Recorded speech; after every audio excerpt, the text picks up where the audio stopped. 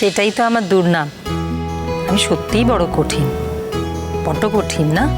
কত যে কঠিন আমার থেকে ভালো কেউ জানে না। বাইরেটা যতটা কঠিন, ভেতরটা ঠিক ততটাই নরম।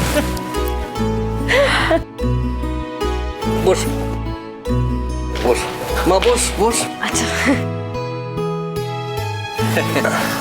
তো ঠিক আছে তো, কোনো অসুবিধা হচ্ছে না? আমি এক্ষুনি আসছি, তুই দেখ।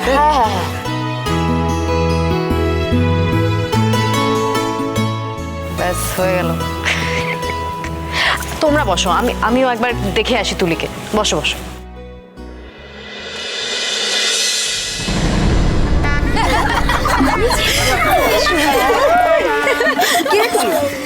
তুই এরকম একা বোকার মতো বসে আছিস কেন? যাক বাবা, তোরাই তো সবাই মিলে আমাকে এখানে বসিয়ে রেখে চলে গেলি। আরে বর এসেছে, আমরা দেখতে যাব না নাকি? কিন্তু তুলি, যাই বলিস তোর বরটা যা হ্যান্ডসাম। তোরা আগে দেখিসনি? দেখেছিস তো তোরা? আরে বাবা, আগে দেখেছি, কিন্তু বিশ্বাস কর আজকে একদম অন্যরকম লাগছে। আমরা দেখেছি নাকি? আমরা তো আজকেই দেখলাম, আমাদের কিন্তু দারুণ লেগেছে। আর জানিস কি হাসি খুশি, সবার সঙ্গে কি হেসে হেসে কথা বলছে। ও আবার এখন কার সাথে হেসে হেসে কথা বলছে? অমনি না, অমনি একেবারে হিংসেয় মাথা চাড়া দিয়ে উঠলো। আমাদের সঙ্গে হেসে হেসে কথা বলেনি রে। তার বোকার মতো কথা বলিস না, আমি কি তা বলেছি নাকি?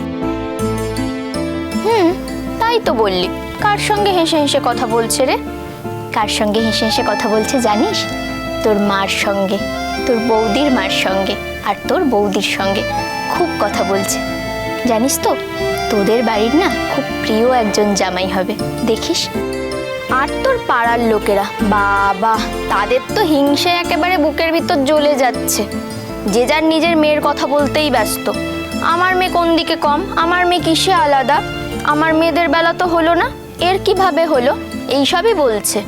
কি দেখে যে কে পছন্দ করলো। হ্যাঁ সত্যি, মাঝে মাঝে আমিও অবাক হয়ে যাই। ভাবি, সম্রাট আমার মধ্যে কি দেখলো যে আমাকে পছন্দ করলো? আমার তো সেরকম কিছুই নেই। এই তো আমাদের বাড়ি ঘরের অবস্থা। হ্যাঁ, আজ না হয় দাদাভাই চাকরি পেয়েছে, আস্তে আস্তে আমাদের বাড়ির উন্নতি হবে। কিন্তু ও যখন আমাকে পছন্দ করেছিল, তখন তো আমার কাছে কিছুই ছিল না। তোরা তো জানিস বল, আমি খুব সিম্পল সাদা মাটা একটা মেয়ে, কোনো রকমে গ্র্যাজুয়েশন কমপ্লিট করেছি। আর তাছাড়া আমার তো ভবিষ্যৎ বলেই কিছু নেই, আর দেখতেও আমাকে তেমন আহামরি কিছু নয়। তাও কেন আমাকে পছন্দ করলো কে জানে।